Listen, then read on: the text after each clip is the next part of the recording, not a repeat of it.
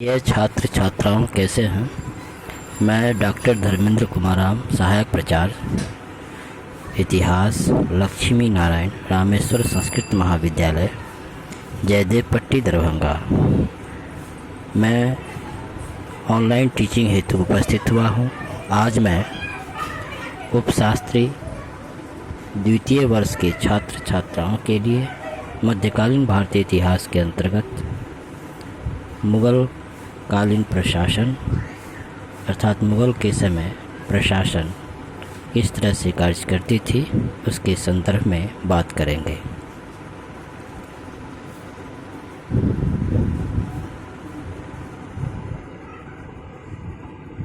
मुग़ल कालीन प्रशासन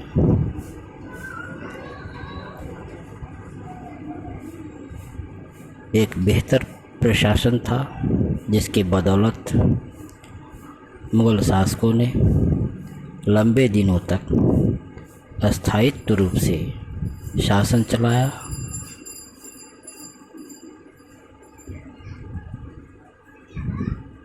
मुग़ल कालीन प्रशासन के बारे में जानकारी विशेषकर अकबर के समय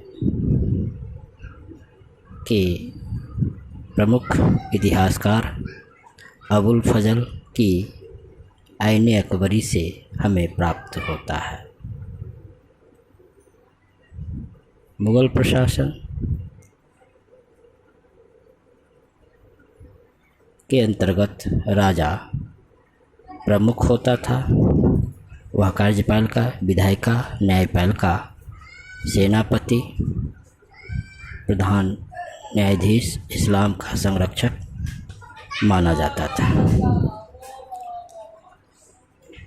मुग़ल शासक राजत्व के सिद्धांत अर्थात डिवाइन थ्योरी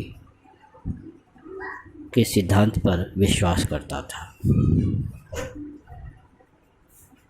राजत्व के सिद्धांत के अंतर्गत मुग़ल बादशाह को पृथ्वी पर ईश्वर की छाया अर्थात जिल्ले इलाही माना जाता था।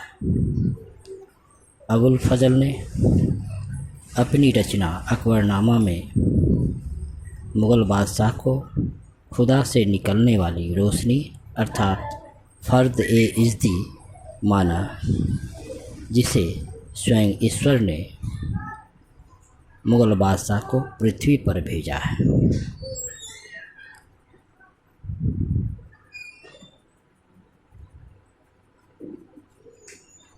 मुग़ल कालीन प्रशासन के अंतर्गत वकील, दीवान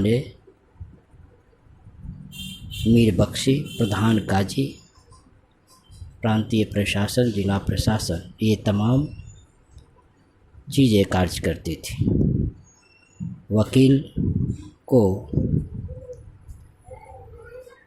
वकील मुग़ल कालीन प्रशासन का एक प्रमुख होता था। राजा के बाद यह प्रमुख पद माना जाता था। वकील को बाद में वजीर भी कहा जाने लगा। यह केंद्रीय सरकार के समस्त विभागों का अध्यक्ष माना जाता था। अकबर ने बैरम खां को इस पद पर नियुक्त किया था और बैरम खां के पश्चात इस पद का अंत कर दिया। वहीं दीवान, जिसे वित्त मंत्री कहा जा सकता है, यह आर्थिक विषयों में बादशाह को विभिन्न मसलों पर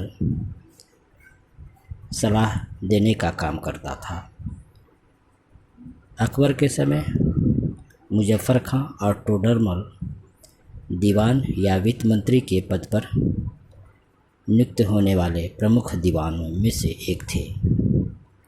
वहीं मीर बख्शी युद्ध संबंधी, सेना संबंधी कार्यों को देखता था।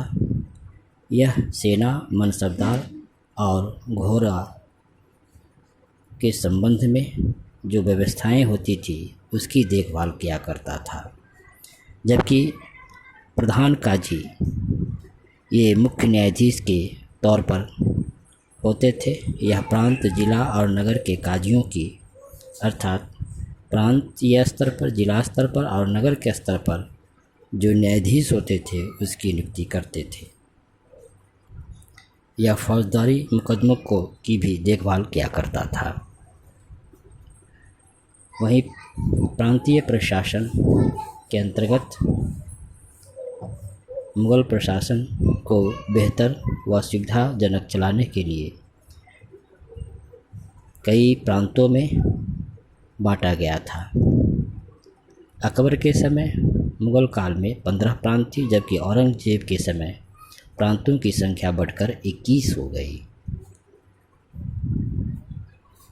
प्रांत या जिसे सूबे कहा जाता था उसके प्रमुख सूबेदार कहलाते थे। दीवान सूबे में वित्त व्यवस्था की देखभाल किया करता था, जबकि कोतवाल सूबे की या प्रांत की आंतरिक सुरक्षा का देखभाल किया करता था। जिला प्रशासन प्रत्येक प्रांत कई जिलों, जिसे सरकार भी कहा जाता है, कई जिलों या सरकारों में बटा होता था। फौजदार जिले का प्रमुख अधिकारी होता था, जबकि अमलगुजार जिले की वित्त व्यवस्था को देखा करता था। जिला प्रशासन से नीचे परगना होते थे और जिला कई परगनों में बटा होता था। परगना में सिकदार प्रमुख अधिकारी होते थे और आमिल वित्त व्यवस्था को देखा करता था। तो इस प्रकार बच्चों, आज हम लोग मुगल प्रशासन के संदर्भ में जानकारी प्राप्त किए। धन्यवाद।